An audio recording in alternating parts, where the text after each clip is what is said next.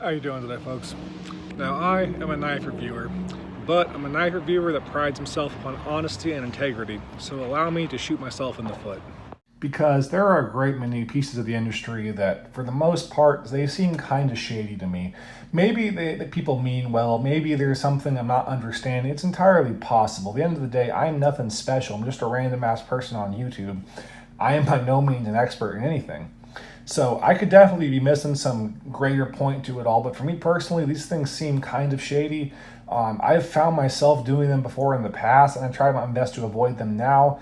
With all that being said, though, let's just clear the air right now and get it all out there. Now, first off is the structure that I am something more than just a random ass person on YouTube, that I am somehow an expert, and as such, my opinion is the gospel. Now, I have handled a shitload of knives. That being said, am I a metallurgist? No. Am I a knife maker? No. Do I understand every single principle of how to make a knife and what goes into them? No. I'm a consumer. 90% of reviewers out there are consumers. They buy the products or they receive them from the manufacturer, but either way, they don't know what goes into making them. So as such, all we can give is our opinion. Anybody who does otherwise is being dishonest. Someone's like, hey, this is a good knife. This is the gospel. This is what it is. You can't give that because we are all inherently biased. We have our own personal opinions, and those things make us biased.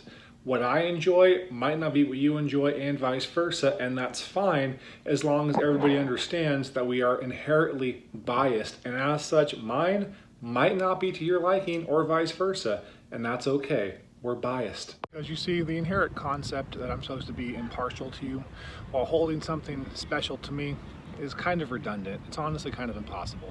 A perfect example would be these two pieces right here. Now, neither of these knives are perfect, but they all have a significance to me personally that makes them unsellable. I've had people offer me obscene amounts of money for these knives, and I've turned them down without even thinking about it. This knife is about $300. With my buddy's customizations done to it or whatever, it's maybe like $400. I've been offered $1,000 for this, and I turned it down flat, and I don't regret it because it means something to me. This is my bias. This is something that I personally love. And again, if I were to review it and give it a 10, does it deserve a 10? No. But that is my personal bias. And whenever you're holding something in hand, it means something to you, especially if you bought it and especially if you modified it. It's just not something you can give an impartial opinion on, no matter how hard you might try. I personally can't do it. Again, I'd give this knife probably a 6 out of 10 as far as just an actual knife reviewer, but as far as my personal preference on it, 10. 10 all day long. I love it. In my eyes, it's perfect. Also, you missed out on the concept that I have to tell you what's wrong with the knife. Not what I personally enjoy about it, not that despite all of it all, I happen to love it. I need to directly poke out the fundamental flaws to it as well as the pros and the cons, try to justify that to you as why you should buy it or not buy it, which is a flawed system at best. Case in point, this is a Medford full-size Praetorian tie. This knife, honestly, it kind of sucks. I don't care. I love it, and that is my bias. And I could sit there and poke out all the things wrong with it, and they're all accurate, but at the end of the day, for my hands, the way I carry and how I like my knives, this thing is amazing. Vice versa. Everyone I know loves these knives, and I fucking hate them all. I have them here for size comparisons, but for me personally, they're not good knives, but again, that's my personal bias. Another big one is the idea that in a couple of days, you know what you're talking about. I'm sorry, I don't care how much of an expert you are. In 2 days, 3 days, a week, you have no fucking idea. Furthermore, because of the cannibalistic nature of what the YouTube content creator scene is, I am required to do these things rapidly.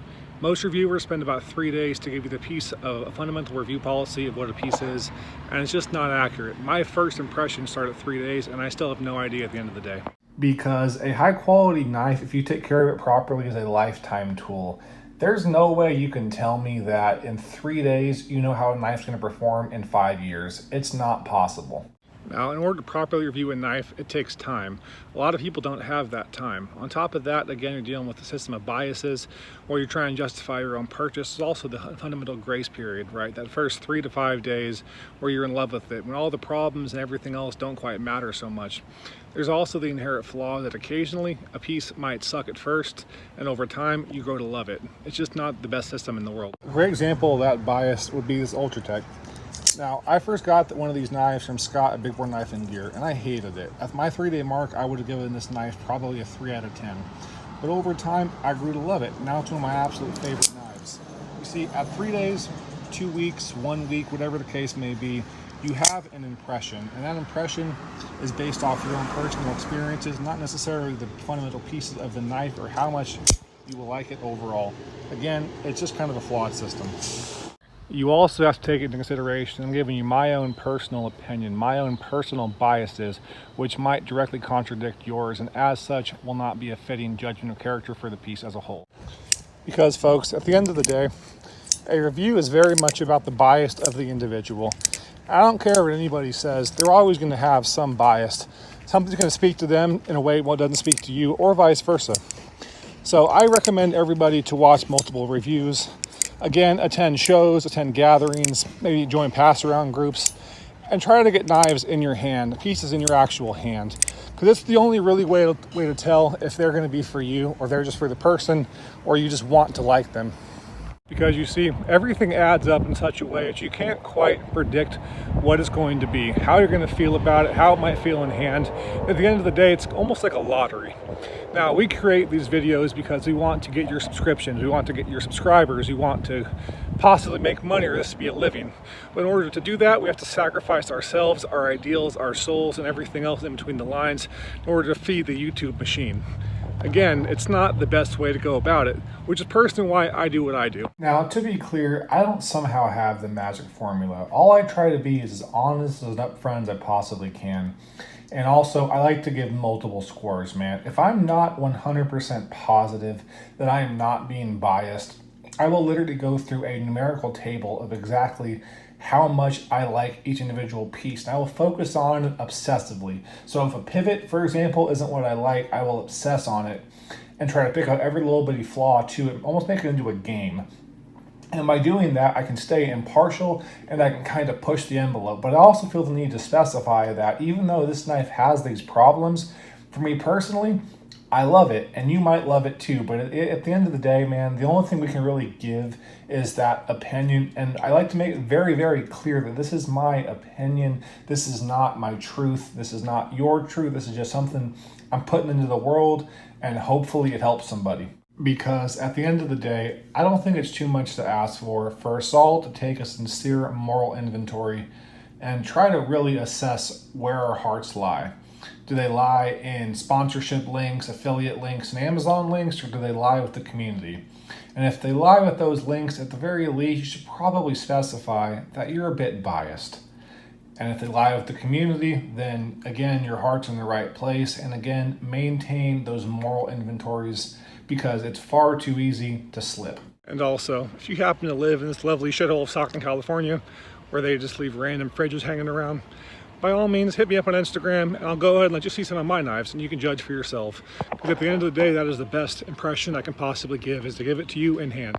Now, in closing, and to be very clear, this is not directed towards any one content creator or any one person. Absolutely no shots have been fired, but to be clear, something hit a little too close to home. You might have a guilty conscience, and you might need to take a moral inventory of yourself, and maybe things will be a little bit better for you. But anyways, as always, folks, I love you all. Have a good day. Take care of yourself. Be safe, and bye.